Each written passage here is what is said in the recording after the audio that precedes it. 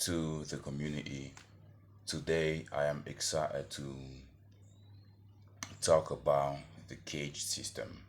And this lesson right here is gonna open your eyes and your visualization of the fretboard. So you're not gonna be blind anymore. You're gonna be able to play into altered keys.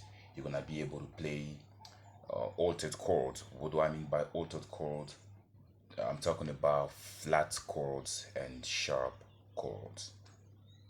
So, in the previous lessons, we've spoken about the seven natural keys and we're done with them. So, now it is time to learn the unnatural keys.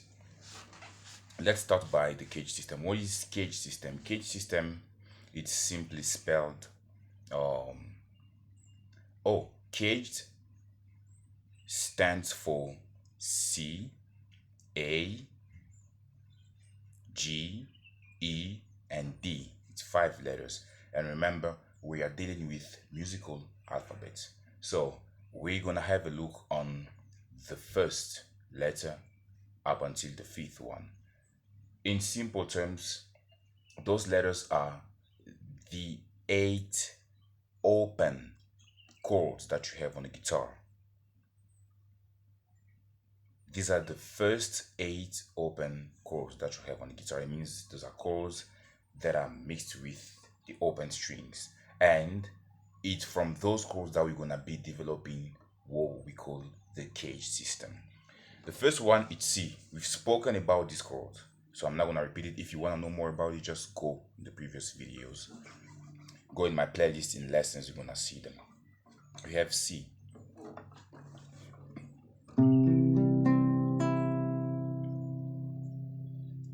The second is E. We have E major. The third is gonna be E minor.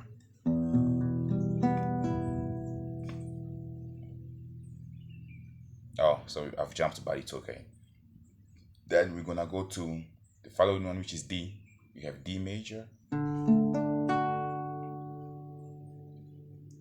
We have D minor.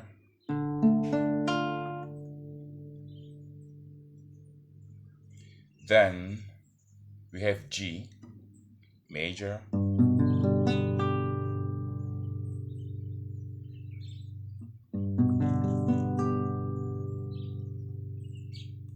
And the next is A. We're gonna have A major.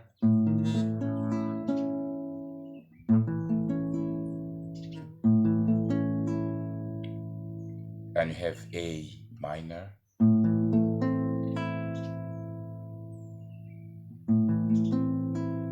So in total, we had eight open chords. So now let's play them into the order of caged. Cage has been made to make it easier to pronounce and to make it easier to understand as well. So cage means C, A means A major, A minor, G means G, E means E major, E minor, and D means D major, D minor.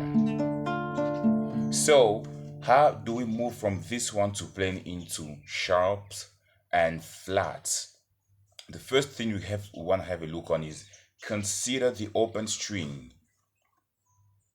Those are notes already. You have chords in them. And when you look at this space before the first fret, always consider that there is a bar. It means this finger right here is gonna be barring the entire vertical space of the fretboard. I'm going to explain to you. I'm taking my time explaining this lesson because once you understand this, your visualization of the guitar is going to be broader and wider. That's why I'm taking my time. I know it might sound boring, but it's very, very, very critical and important. So let's assume now that I played the chord of C major, but with my bar. We got this. It looks like this. Now, let me move it half a tone up. Folds here. And I play as we often do in the key of C major, starting from the fifth string to the first one gonna be. This is C sharp major. It's C sharp major. And somebody can ask me, what if I remove this and I just keep it like this, the way we've been playing in C major? Remember, those strings are actually notes and they're not part of this code, so they're gonna clash. Let me just play for demonstration purpose. Awful, right? But if I keep my finger in like this, C sharp major, and if I move it a semitone, I got D major, semitone, D sharp major, and so on. And it is the same principle for the rest of the chords that are in the cage system. It means I can take any chord randomly and I just need to apply this method and it's gonna still give you the same results. And let me take, for example, okay, E major. I got E major, right? But let me change the fingering to show you how to bar, right? Then I have my bar chord outside here. Check outside. Now I shift it half a tone. It's F major, and we've learned this. This is the origin of this chord, and I've told you I didn't wanna teach you at that point because it wasn't that important. But now it's relevant. I'm taking my time. Move it half a tone, F sharp major, half a tone, G major, G sharp major, and so on. It is the same principle for all the remaining chords. Remember, I'm gonna show you again another chord. I'm gonna take A major. I have A major, right? It can be taken like this, or like this. Now I assume I have this one outside again, outside of this fret. Right? A major, shifted half a tone, A sharp major. That is why in the key of F major, the fourth was A sharp or B flat, and it was taken this way. That is the origin of that chord. It comes from the cage system. And then you move it half a tone, it's B major. That was the fifth in the key of E major, and so on, C, C sharp, D, D sharp, E, and whatever you want. Let's take another chord. Which one can I take? Just the last one, just for demonstration. Let me take D major. I got D major here. This is the original fingering, but I've changed to help me bar outside. Then I move it inside, half a tone. D sharp major, E major, F major, F sharp major, and so on. Still the same thing for the remaining chords. My secret: use these three fingers to play your open string chords, and use this first finger to bar, and you just have to shift it. Then you can be able. Now, I'm gonna talk about sharp and flat because I've already spoken how to get them. Now I'm gonna play or choose at least one key to demonstrate how it works, how you can play in sharps and flats, and I'm gonna talk about another small thing at the end. So we have this. Let's assume that I wanna play in the key of C sharp major. Let's have a look on the key of C major first. You got C. The first you got F major. The fourth you got G major, and you have A minor, the sixth. So let's change the fingering and shift it inside. I have my finger here, the first fret. This one,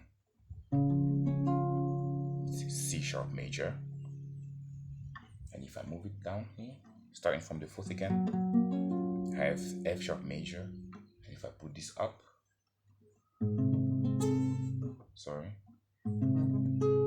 I have G sharp major, and then I have the sixth, A sharp minor. That's it. And what do you call flat and what do you call sharp? Sharp means it was a natural note or a natural chord that had been shifted half a tone, and it falls now on a noted note. That's why you have C and you shifted a semitone, it's called C sharp. But that is when you shift half a tone forward. If you shift it half a tone backwards, it becomes a flat. Let me take an example. I take the note of D. If I shift it backwards, half a tone backwards, it's gonna be called D flat. And if I shift it a semitone forward, it's gonna be called D sharp. That is the principle. So you can go and do your researches on Google, but C sharp is equal to D flat, depending on how you're moving around the fretboard.